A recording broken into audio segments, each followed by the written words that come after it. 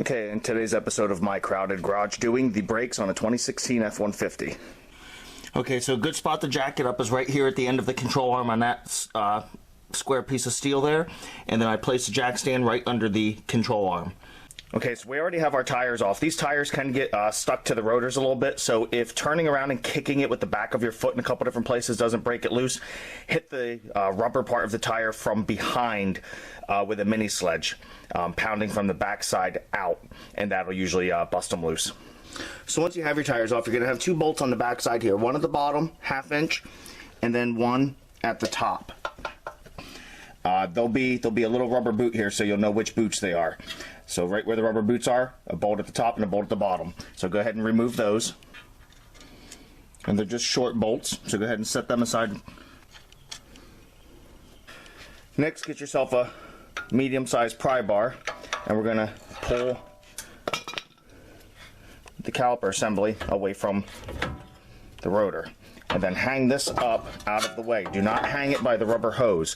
Get yourself a bungee cord, put a bungee cord on here and run it somewhere just to hang this out of the way, but don't let it hang on the rubber hose. You could damage that, and then you'll have a much bigger issue than just replacing brakes.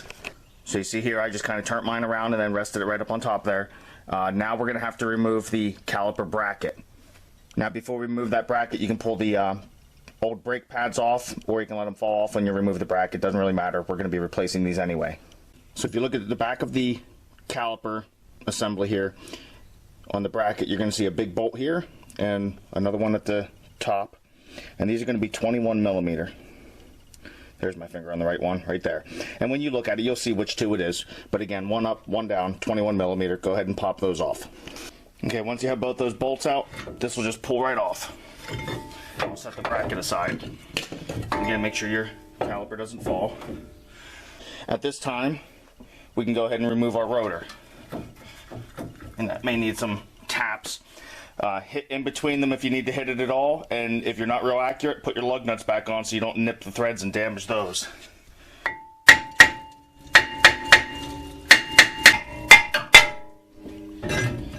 And I did not hit on the surface that we use. I hit on the edge of the rust there. Now I'm going to take my rotors and get them turned. That's the terminology you use when you take these into a shop, where they will cut them and resurface them. You can have that done for between $10 to $15 per rotor. Heck of a lot cheaper than buying a new one. So go get your rotors turned, or you get your new ones. Rinse and repeat on the other side, and then we'll get these back, get the new brakes on.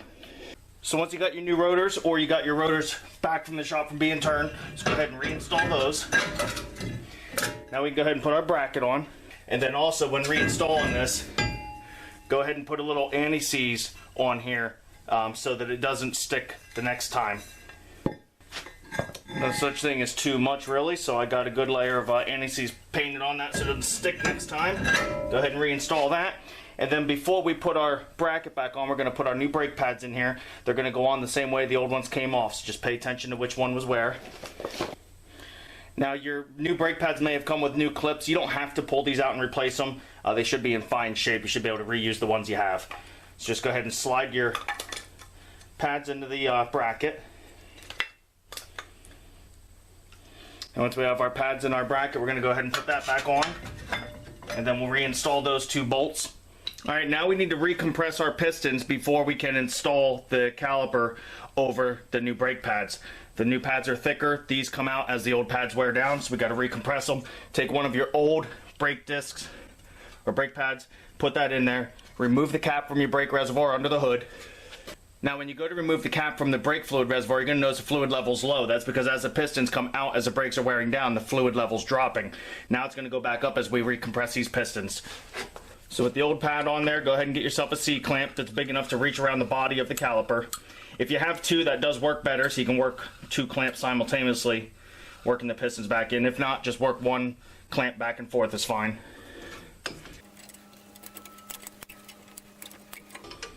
Alright, once those pistons are all the way back up against there, go ahead and remove your C-clamps. That old brake pad out of there, and now we're ready to reinstall this caliper.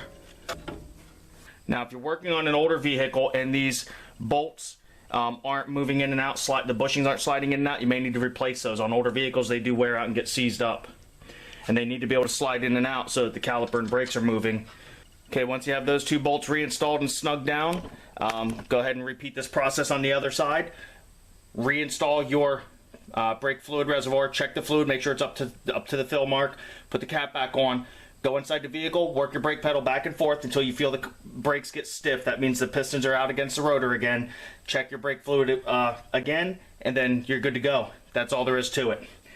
The rear brakes are the exact same process. The only difference is the bolt to the bracket is a different size, and you may need to adjust your e-brake out to remove the rotors. I'll show you the dust cover here real quick and show you that.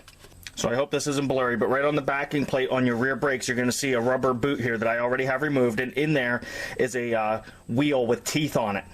On the driver's side, you will need to move that wheel down to adjust the brakes out, and I believe on the passenger side it has to be moved up to adjust the brakes. You'll be able to tell which way is loosening the e-brake, and you don't need to worry about tightening it up. You're only loosening it enough to get the rotors off, and then as you work your brakes in everyday driving, it self-adjusts back to where it needs to be. But other than that, same exact process as the front.